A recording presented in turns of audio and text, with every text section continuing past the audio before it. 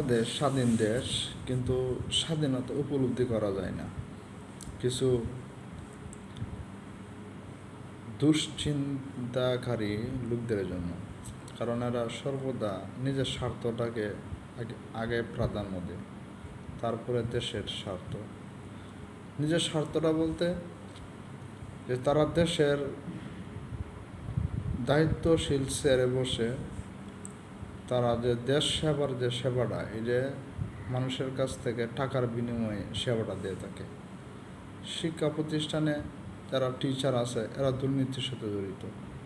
সরকারি হাসপাতালে যারা আছে, কোনো রুগী যদি হাসপাতালে যায়, সরকারি যে সেবাটা দেওয়া দরকার এই সেবাটা তারা টাকার বিনিময়ে দিয়ে থাকে।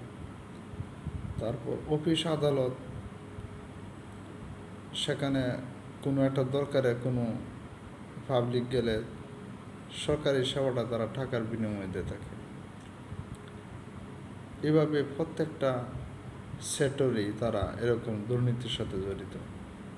অর্থাৎ তারা নিজেদেরকে ডেভেলপমেন্ট করতে, দেশের উন্নয়নের কথা তারা পিছিয়ে অনেক নিয়ে গেছে।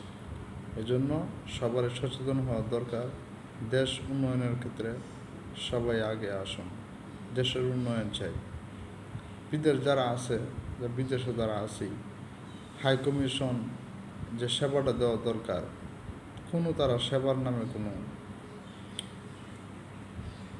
তারা প্রবাসীদেরকে হেনস্থভাবে দেখবে, অথচ প্রবাসীদের টাকা দেশ উন্নয়ন হইতেছে।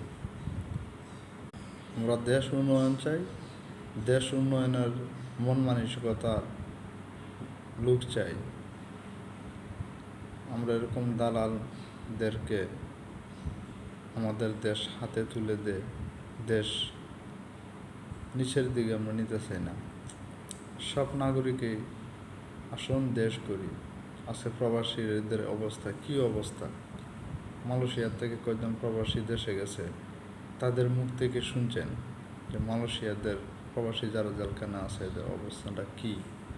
অথবা মালয়েশিয়া বিভিন্ন কান্ট্রি থেকে লোক আনতেছে, বাংলাদেশের ক্ষেত্রে কী শর্ত বসায় দিছে।